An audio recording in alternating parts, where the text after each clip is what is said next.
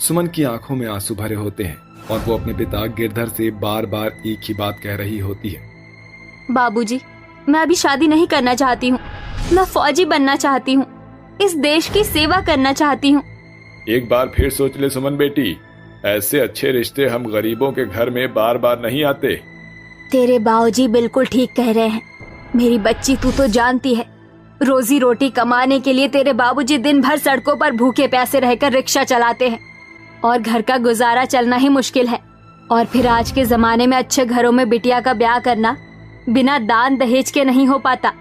ये शादी हो जाने दे बेटी। तेरे गरीब माँ बाबूजी तेरे आगे हाथ जोड़कर विनती करते हैं।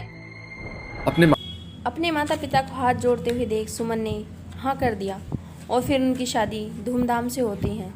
शादी की पहली रात उसने अपने पति से कहा, यश जी, मैं आपसे कुछ कहना चाहती हूँ। मेरा बचपन से सपना रहा है कि मैं फौजी बनकर देश की सेवा करूं, मगर क्या करूं, बेटी हूं ना, इसलिए फौजी बनने का सपना पूरा होते होते अधूरा रह गया। सुमन की आंखों में फौजी का ख्वाब देख यश उसे कहता है, अपना दिल छोटा मत करो सुमन, तुम फौजी बनना चाहती हो ना, मैं तुम्हारे और तुम्हारे सपने के बीच कभी नहीं आऊंगा। मैं कल ही माँ बाबूजी से इस बारे में बात कर लूंगा। अपने पति की इन बातों में सुमन की आंखों में फिर ख्वाब जग जाता है और वो रात दिन फौजी के लिए पढ़ाई करती हैं। तो उसकी सासू माँ उसे बहुत चिढ़ती हैं और कहती हैं, बहू, जब देखो तुम किताबों में लगी रहती हो। तुम इस घर की बहू हो और इस घर के लिए भी तुम्हारी कुछ जिम्मेदारियां हैं।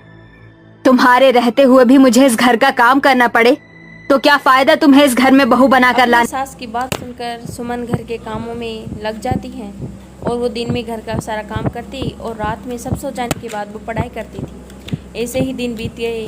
एक दिन ज्वाइनिंग लेटर आ गया तो उसके ससुर की आंखें नम हो गई। जाओ सुमन बहू, और अगली बार जब लौटना तो फौजी के वर्दी में लौटना। आशीर्वाद तुम्हारे साथ है मेरा। शुक्रिया बाबूजी। सुमन बॉर्डर पर चली जाती हैं और अपनी मेहनत से वो बहुत जल्द कम समय में फौजी बन जाती है। फिर कुछ दिनों बाद उनके घर एक लवली नाम की लड़की आती है। जी कहिए, किससे मिलना है आपको? अपने सामने खड़े देख उसके मन में घिनौनी सोच आ जाती है। क्या स्मार्ट बंदा है, ये तो बिल्कुल मेरे टाइप का है। Tall, handsome and also sexy. सुनिए, आपने बताया नहीं। जी वो एक्चुअली मैं यहाँ नहीं आई हूँ। किसी ने मुझे बताया कि आपके पास कोई रूम खाली है। इतने में कामिनी आ जाती हैं और घूरते हुए कहती हैं, हाँ, रूम तो खाली है, मगर उसके इंटीरियर में हमने बहुत खर्चा किया है, इसलिए उसका किराया थोड़ा महंगा है। कोई बात नहीं आंटी, चलेगा। आप मुझसे जितना कहेंगी मैं उतना रेंट देने को रेडी हूँ। इस तरह पल्लवी कामिनी को पैसों का लालच देकर वहाँ रहने लगती है। मुझे इस घर में तो जगह मिल गई। अब बस मुझे यश के दिल में अपने लिए जगह बनानी होगी। किराए के पहले दिन से ही पल्लवी कामिनी को इम्प्रेस करने लगती हैं और ये पता चलता है कि उसकी पत्नी फौजी है तो वो और ज्यादा खुश हो जाती है। कामिनी आंटी, नई शादी में ही आपकी बहू ने आर्मी ज्वाइन कर ली। क्या उसका इस घर के लिए और अपने पति यश के लिए कोई जिम्मेदारी नहीं बनती थी? ये तो यश जी इंसान इतने अच्छे हैं कि वो किसी की तरफ नजर उठाकर नहीं देखते, वरना कोई और होता तो कब का दूसरी शादी कर लेता। काश कि यश जी जैसा पति मुझे मिला होता। और फिर फौजियों के फर्ज की तो कोई सीमा और कोई बॉर्डर नहीं होता। मगर आंटी जी, आपकी उम्र की तो एक सीमा है। क्या आप यश के बच्चों को देखना नहीं चाहती? पल्लवी का ऐसा कहना कामिनी के मन में घर कर जाता है। पल्लवी, मैं तुम्हें पसंद करती हूँ और मैं चाहती हूँ कि तुम मेरे बेटे से शादी कर लो। तुम्हें जो भी करना है, जैसे भी मेरे बेटे को रिझाओ, मगर उसे अपना बना लो। ठीक है माँ जी, अब यश को कैसे मनाना है ये आप मुझ पर छोड़ दीजिए। बहाने से उनकी नजदीकियां बढ़ती हैं। अर्जुन भी, यश भी उन्हें पसंद करने लगा। इस तरह उन्होंने एक दिन शादी कर ली और अपनी जिंदगी में आगे बढ़ गई थी। दिन बीतते गए। एक दिन सुमन ने अपने हेड जनरल से कहा, बात है अर्जुन सर, आप ठीक तो हैं? हाँ मैं ठीक हूँ, मगर कभी कभी सोचता हूँ कि हम फौजियों की जिंदगी कितनी अजीब है ना। देश की हिफाजत के लिए घर परिवार और यहाँ तक कि अपने प्यार से भी दूर होना पड़ता है। सच कहा सर, एक फौजी को अक्सर अपने फर्ज को पहले चुनना पड़ता है। अब भी कुछ दिन बीत जाने के बाद तीज का त्योहार आता है। सुमन भूखे प्यासी रहकर व्रत रहती हैं। भगवान करे इस फौजी पत्नी की उम्र भी आपको लग जाए यश जी। काश कि मैं आपके पास होती। सुमन, अभी अभी हेडलाइन से ये खबर आई है कि बॉर्डर के हालात बिल्कुल ठीक है, इसलिए सभी फौजियों को 1 महीने की छुट्टी दी जाती है। ये सुनकर उसकी आंखों में खुशी के आंसू आ जाते हैं। Thank you so much sir. ये खुशखबरी मेरे लिए बहुत बड़ी है। आप सोच भी नहीं सकते कि मैं कितनी खुश हूँ। मैं आ रही हूँ यश जी, मेरा इंतजार करना।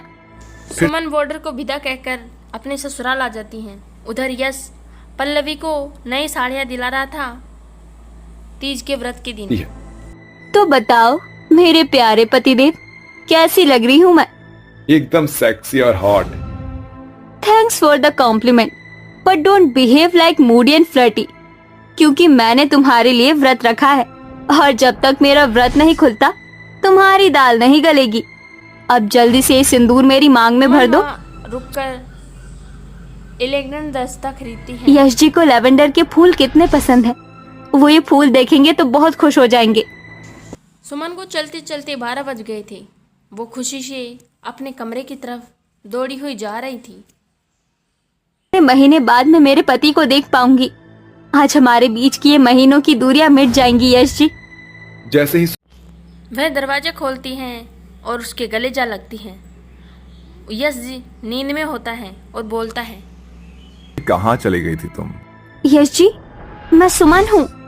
अपनी पहली पत्नी की आवाज़ सुनकर यश की आंख खुल जाती है। तब तक पल्लवी भी वहाँ आ जाती है। कौन है यशु? तुम कौन हो और इस तरह से मेरे पति के कमरे में क्या कर रही हो? यश तुम्हारा पति था, मगर अब वो मेरा पति है। अगर यकीन नहीं होता तो चारों तरफ नजर उठाकर दीवारों पर देख लो। जैसे ही सुमन नजर उठाकर दीवारों पर देखती हैं तो चारों तरफ यश और पल्लवी की फोटो दिखाई देती है। यश, तुमने मेरे होते हुए दूसरी शादी कर ली। इतना बड़ा धोखा दिया है तुमने मुझे। मैं तुम्हें नहीं छोड़ूंगी। मैंने तुमसे शादी की, तुम्हें तन मन धन से अपना पति माना और तुमने मुझे ये सिला दिया। सुमन, मेरी बात सुनो। अब कहने सुनने को रह ही क्या गया है यश? और क्या सुनूं मैं कि तुम मर्द थे, बहक गए। हर पति चाहता है कि उसकी पत्नी सीता की तरह अग्नि परीक्षा दे, मगर जब वो खुद कुछ ऐसा करता है तो उसके लिए कोई नियम क्यों नहीं? मैं तुम्हें इसकी सजा दूंगी। मैं तुम सबको कोर्ट तक घसीटूंगी।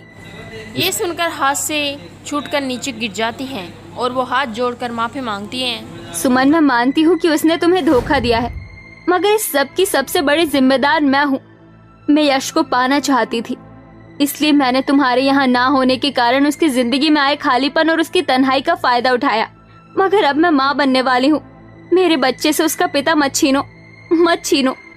ऐसा कहते हुए पल्लवी बेहोश हो जाती है। पल्लवी आंखें खोलो। पल्लवी आंखें खोलो। यश पल्लवी को अस्पताल ले जाता है, जहाँ उसे पता चलता है कि वो उसकी पत्नी और उसका बच्चा बिल्कुल सुरक्षित है। सुमन ये देखकर अपनी सौतन को, अपनी पति को खुशियों के लिए वहाँ छोड़ के चली जाती हैं और वो देश की सेवा में अपना पूरा जीवन बिता देती हैं।